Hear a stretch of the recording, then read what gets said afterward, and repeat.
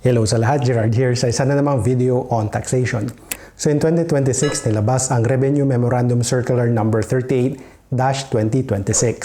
Layunin nito na magbigay ng guidelines para sa pag-generate ng Registration Seal Badge via ORUS.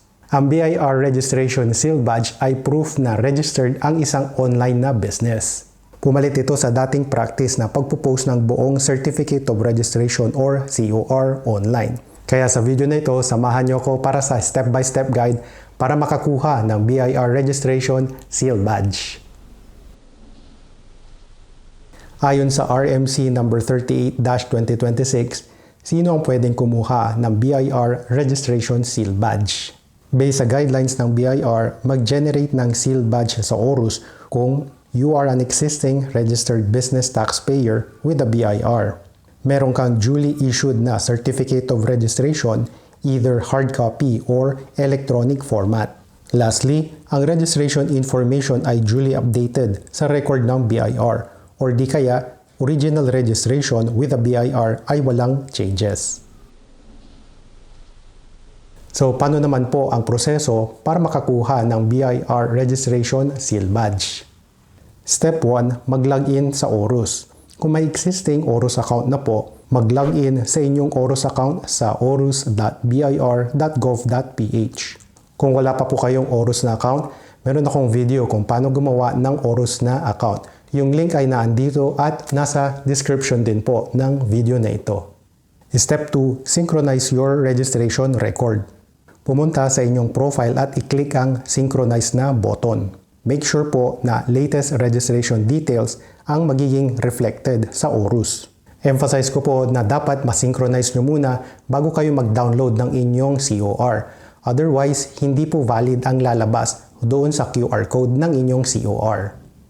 Step 3. After synchronization, pumunta sa Certificates and Permits section under Profile page.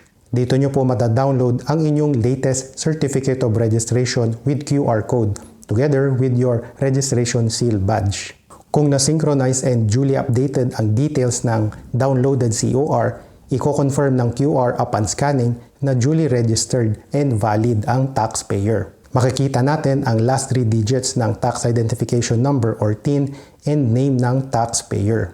And dahil po sa update, wala na pong mga other information ng taxpayer. Take note po kung magsisecure po tayo ng COR natin at mag-update po ng ating registration, they must pay 30 pesos documentary stamp tax or DST na pwede bayaran sa BIR e-payment channels.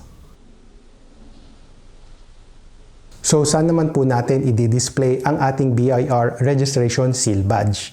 Based sa Revenue Memorandum Circular number 38-2026, taxpayers are explicitly instructed to crop, scan, or extract only the BIR Registration Seal Badge image for online posting at hindi po required ang buong COR na i-post.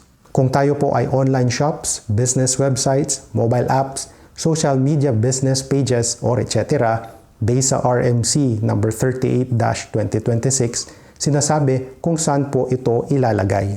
On my case, try ko pong ilagay sa banner ng YouTube channel ko yung BIR Registration Seal Badge ko.